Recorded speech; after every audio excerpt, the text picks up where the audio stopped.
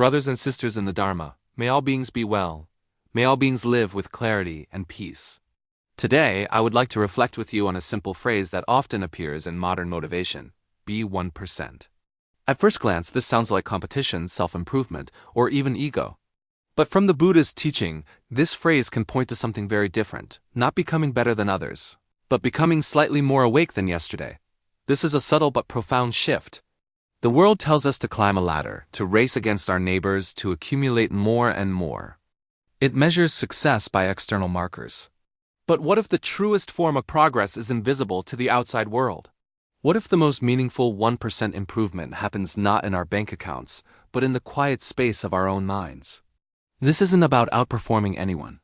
It's about gently, consistently turning inward. It's about the quiet revolution of becoming just a little more present, a little more conscious, a little kinder than you were the day before. Let's explore this path together, not as a race, but as a gentle, unfolding journey. Brothers and sisters in the Dharma, when the world says, be 1%, it often means be richer, be faster, be more successful. It's a call to join the elite, to stand out from the crowd. The message is clear: superiority is the goal. But the Buddha never taught us to chase superiority. He taught us to reduce suffering, both for ourselves and for others. So from the Dharma perspective, what does be 1% really mean? It means 1% less ignorance clouding our minds. It means 1% less anger flaring up in our hearts. It means 1% less attachment, less clinging to things that are impermanent. And as we reduce these unskillful qualities, we naturally cultivate their opposites. Perhaps it means 1% more awareness of the present moment. 1% more compassion for a struggling colleague or a difficult family member. 1% more patience when the world tests us. This kind of growth is quiet. It doesn't need applause or validation. It won't get you a promotion or make you famous on social media. But it does something far more valuable. It liberates the heart. It's a silent, internal process that leads to genuine, unshakable peace. This is the 1% that truly matters. Many people suffer because they want instant transformation. They say, I want peace now. I want to be free from anger forever. I want enlightenment immediately. This desire for a quick fix, for a dramatic overnight change, is itself a source of great suffering. It sets us up for disappointment and a feeling of failure. But the Buddha taught a gradual path. He used the beautiful analogy of a pot being filled drop by drop. Wisdom grows moment by moment, not in a single, explosive event. Think about it. A small daily change, when repeated, literally reshapes the neural pathways of the mind. A single moment of mindfulness, of choosing not to react out of habit, is already a step on the path. It might feel insignificant, but it's not. Each time you notice your breath, each time you catch an unkind thought before it becomes a spoken word, you are watering the seeds of enlightenment. This is why small change matters so profoundly. It is sustainable, it is gentle, and it honors the natural rhythm of growth. The path isn't a sprint, it's a steady, mindful walk. Every single step, no matter how small, is a victory. Let us begin with the mind, brothers and sisters in the Dharma, for this is where all experience arises. Being 1% better in the mind means noticing thoughts instead of automatically believing them. It means creating a tiny space, a pause, before reacting to a situation. It means recognizing emotions as they arise without becoming them. For example, yesterday, anger may have completely controlled you. You were the anger. Today, you notice the anger arrives for just one breath before it sweeps you away. That is a 1% awakening. In that single breath of awareness, you have found a sliver of freedom. The Buddha did not ask us to destroy the mind or to empty it of all thoughts. He asked us to understand it. And understanding begins with these small moments of observation. When you see a thought as just a thought, a fleeting mental event, it loses its power over you. When you feel anger but don't identify with it, you create space for a wiser response. This isn't about achieving a perfectly calm mind overnight. It's about being 1% more familiar, 1% more friendly with the inner workings of your own consciousness. That small shift is the beginning of true mastery. Brothers and sisters in the Dharma, our speech and actions are what shape our karma, creating the conditions of our future happiness or suffering. So, how can we be 1% better here? It means speaking one sentence less when we are angry. It means listening for one moment longer, with true presence, before formulating our reply.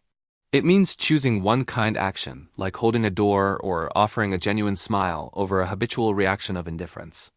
Right speech does not require us to become perfect orators overnight. It simply requires intention. Before you speak, you can ask, is it true? Is it kind? Is it necessary? Even failing to be perfect, but having the intention is a step forward.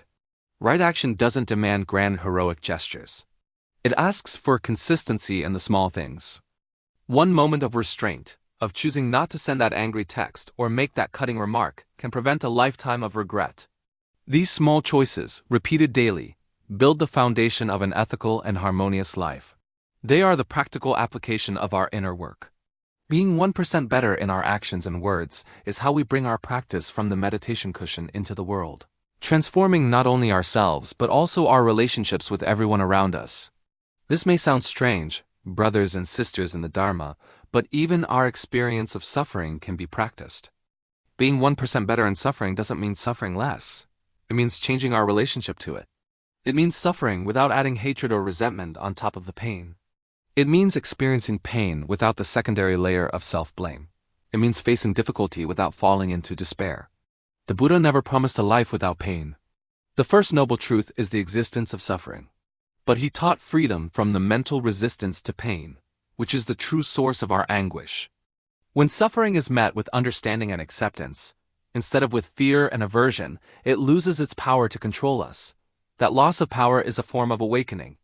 When you can sit with discomfort for just one more breath than yesterday, you are cultivating profound strength. When you can meet a difficult emotion with curiosity instead of panic, you are transforming poison into medicine. This is the 1% shift that allows us to find peace not by avoiding life's challenges, but by meeting them with a wise and open heart. Brothers and sisters in the Dharma, the ego loves drama. It wants dramatic change, sudden breakthroughs, and a story to tell. But the Dharma teaches steady, patient cultivation. Trying to change everything at once to become perfectly mindful, compassionate, and wise today often leads to burnout and frustration. We feel like failures and give up. But committing to just 1% today, 1% tomorrow, and 1% the next day creates a powerful, sustainable momentum without doing violence to ourselves. The Buddha's path is not rushed. It is reliable. Imagine walking a long journey. If you try to sprint the whole way, you'll collapse. But if you take one steady mindful step after another, you will inevitably reach your destination. Even slow steps, when taken mindfully, lead to liberation. So be gentle with yourself. Celebrate the small victories. The goal is not to be everything today. The goal is to be just a little more awake today. This steady, gentle effort is the heart of the path. So brothers and sisters in the Dharma, let us make a quiet commitment. You do not need to become someone else. You do not need to escape your life or wish for different circumstances. You just need to be 1% more aware, 1% more kind, and 1% more patient, right here, today. That is enough. That is the entire practice in a single moment. Over time, this quiet, consistent effort transforms the heart more deeply and more permanently than any sudden, dramatic breakthrough. It is the gentle rain that softens the hardest ground. Let this be our practice. Not a struggle for perfection, but a gentle turning towards the light, one small step at a time. May our small steps be steady. May our effort be gentle. May all beings walk the path with wisdom. Sadhu, sadhu, sadhu.